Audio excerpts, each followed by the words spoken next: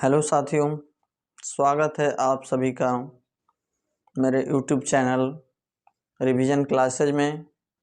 साथियों, आज हम लोग आधुनिक भारत में यूरोपीय आगमन को पढ़ेंगे कि यूरोपीय कब आए थे, किस मार्ग से आए थे। तो चलिए साथियों, जैसा कि हम बता दें, अगर अभी तक हमारे यूट्यूब चैनल पे नए हैं तो चैनल को सब्सक्राइब करें, वीडियो को लाइक करें और ज़्यादा से ज़्यादा शेयर करें।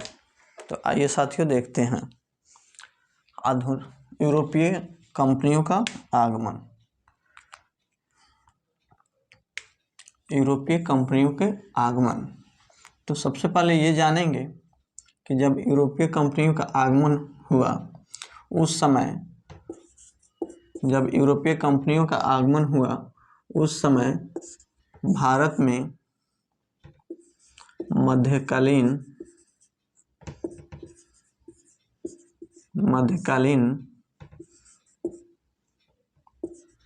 भारत का समय चल रहा था। जब यूरोपीय भारत में आए तो उस समय भारत में मध्यकालीन भारत का समय चल रहा था तथा उस समय मुगलों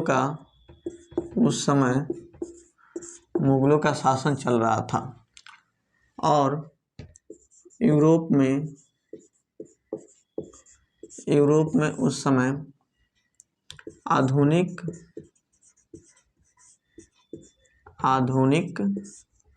यूरोप का समय चल रहा था। आधुनिक यूरोप का समय चल रहा था। उस समय यूरोप तथा भारत से स्थलीय मार्गों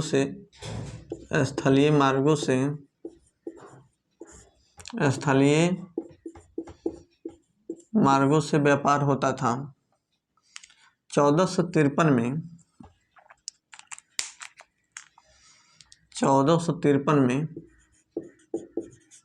जब कस्तुनतुनिया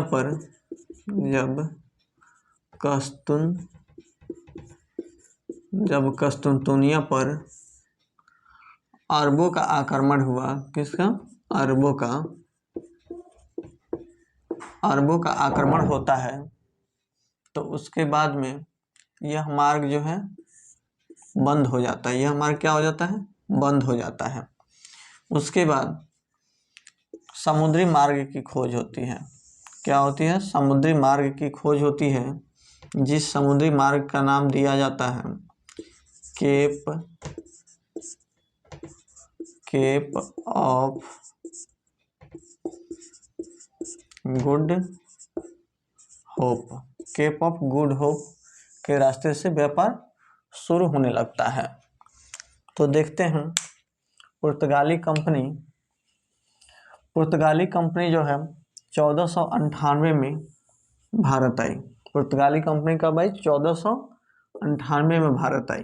उसके बाद डच कंपनी आती है। डच कंपनी को हॉलैंड भी कहते हैं। हॉलैंड डच कंपनी जो है 1595 में आती है भारत।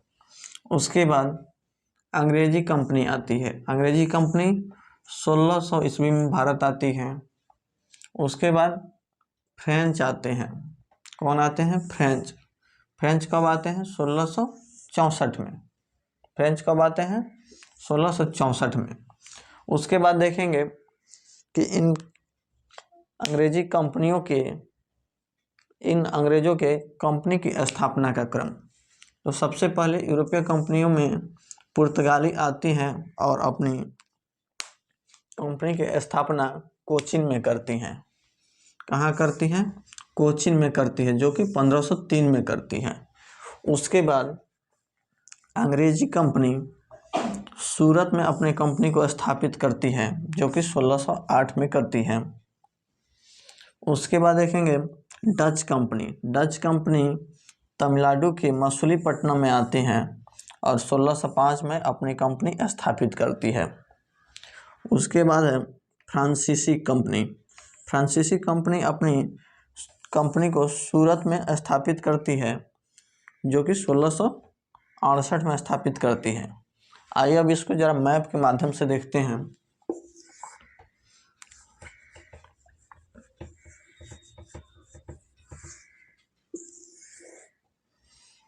सबसे पहले यहाँ केरल में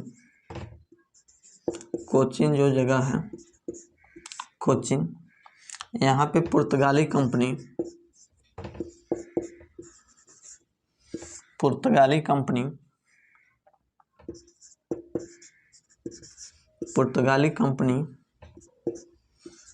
1503 में आती है। पुर्तगाली कंपनी 1503 में आती है। इन पुर्तगाली कंपनियों की भव्य स्वागत के लिए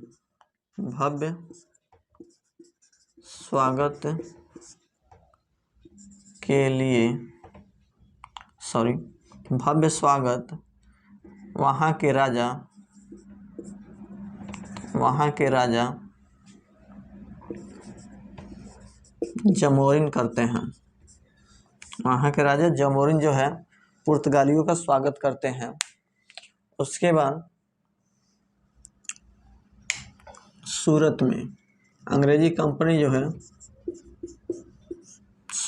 अंग्रेजी कंपनी सूरत में स्थापित होती है।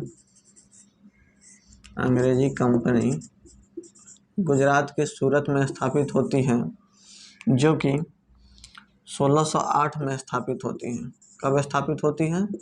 1608 में। उसके बाद डच आती है। डच जो है तमिलनाडु के मसूलीपट्टनम में आती हैं और अब कंपनी को स्थापित करती है, जो कि 1605 में स्थापित होती है। 1605 में। उसके बाद फिर फ्रांसीसी कंपनी अपनी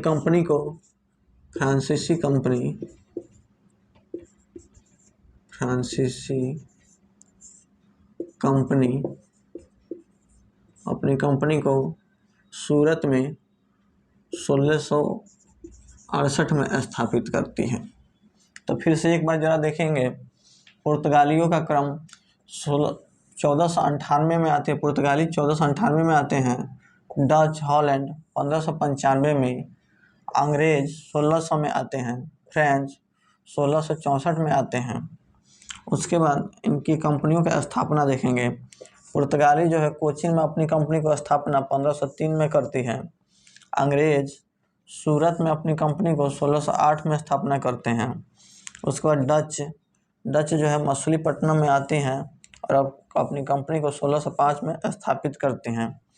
उसके बाद लास्ट है फ्रांसीसी कंपनी अपनी कंपनी को सूरत में 1668 में स्थापित करती है।